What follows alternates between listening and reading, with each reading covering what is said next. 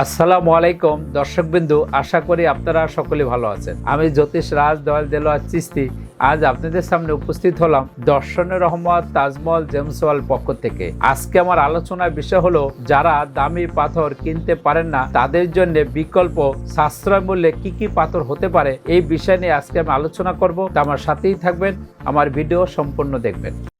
ভিডিওটি মনোযোগ সহকারে শেষ পর্যন্ত দেখুন। আর এমনই সব রাশি রত্ন পাথরের নিয়মিত তথ্য পেতে আমাদের চ্যানেলটি এখনই সাবস্ক্রাইব করুন ও পাশে থাকা বেল আইকনটিতে ক্লিক করুন।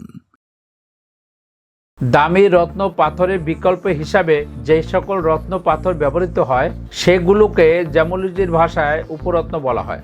এই উপরত্নগুলো মূল রত্ন পাথরের মতোই জ্যোতিষশাস্ত্রে কার্যকর বলে মনে করা হয়, কিন্তু এগুলো দামে অনেক সাশ্রয়ী। এই পাথরগুলোর মধ্যে হলো নীলকান্তমণি বা নীলা। এই পাথরে বিকল্প হিসাবে এমিথিস্ট বা পদ্মনীলা ব্যবহার করা যায়। এটি দেখতে বেগুনি রঙের। শনির কুপ্রভাব কাটাতে এবং মানসিক স্থিরতা আনতে এটি নীলার চমৎকার বিকল্প। এছাড়া হচ্ছে নীলি, যারা একদম কম বাজেটের মধ্যে নীলার ফল পেতে চান তাদের জন্য নীলি খুবই ভালো কাজ করে। এরপর হলো পান্না। এটি অনেক দামি ও মূল্যবান পাথর, অনেক সময় সাধারণের নাগালের বাইরে থাকে। এক্ষেত্রে এর বিকল্প হতে পারে গ্রিন অ্যানিক্স। এটি গাঢ় সবুজ রঙের এবং খুবই সাশ্রয়ী। বুধের শুভ ফল পেতে এটি ব্যাপকভাবে ব্যবহৃত হয়। এছাড়াও রয়েছে পেরিডোট পাথর। এটি হালকা জলপাই সবুজ রঙের। পান্নার বিকল্প হিসাবে এটি বেশ শক্তিশালী এবং উজ্জ্বল। এরপর হলো রুবি বা চুন্নি। এটিও মহামূল্যবান রত্ন পাথর, চাইলে সবাই কিনতে পারে না। এর বিকল্প হিসাবে স্টার রুবি ব্যবহার করা যায়। এটি দামে অনেক সাশ্রয়। এছাড়া রেড স্পাইনাল। এটি দেখতে অনেকটা রুবির মতোই এবং বেশ টেকসই, দামে অনেকটাই সাশ্রয়ী। এরপর হলো ইউলু সাফায়ার বা পোকরাজ। বৃহস্পতির কৃপা পেতে হলে পোকরাজ ব্যবহার করতে হয়। এটিও বেশ মূল্যবান। এর বিকল্প হিসাবে ব্যবহার করা যায় টোপাস। এটি সোনালী হলুদ রঙের। ব্যবসায় উন্নতি ও জ্ঞানের প্রসারে এটি দারুণ কাজ করে। এরপর হলো হলুদ জারকন। এটি বেশ উজ্জ্বল এবং পোকরাজের কাছাকাছি ফল দিতে পারে। এছাড়াও আছে সিট্রিন। চাইলে সাশ্রয় মূল্যে পোকরাজের বিকল্প হিসাবে সিট্রিন ধারণ করা যায়।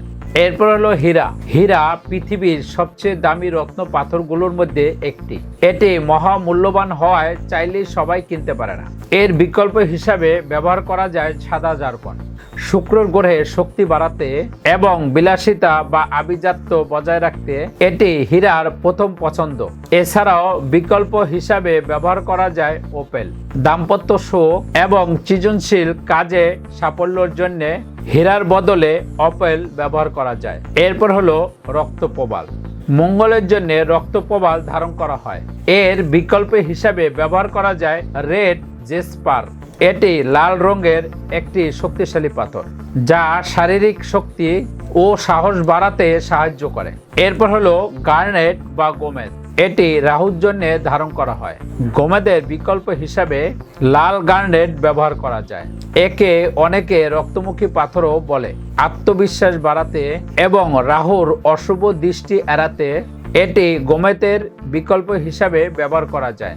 সর্বশেষ কথা হলো পাথর আপনি যেটি ধারণ করেন না কেন অবশ্যই একজন জ্যোতিষের পরামর্শ নিয়ে গ্রহ নক্ষত্র বিচার বিশ্লেষণ করে এবং সঠিক ওজন পরিমাপ করে ধারণ করা উচিত। দর্শকবৃন্দু, যারা দামি পাথর কিনতে পারেন না তাদের জন্য সাশ্রয় মূল্যে বিকল্প কি কি পাথর হতে পারে এই বিষয় নিয়ে আমি সামান্য কিছু আলোচনা করলাম। পরবর্তীতে অন্য ভিডিও নিয়ে আপনাদের সামনে আসবো। সেই পর্যন্ত আপনারা সকলেই ভালো থাকেন, সুস্থ থাকেন। শুভ হোক আপনার ভাগ্য। তাহলে ভিউয়ার্স, কেমন লাগলো ভিডিওটি কমেন্টে জানাবেন। আর ভিডিওটি ভালো লাগলে লাইক বা শেয়ার করবেন। আর চ্যানেলে পরবর্তী ভিডিও পেতে হলে চ্যানেলটি অবশ্যই সাবস্ক্রাইব করুন। ভিডিওটি মনোযোগ সহকারে দেখার জন্য ধন্যবাদ। শুভ হোক আপনার ভাগ্য।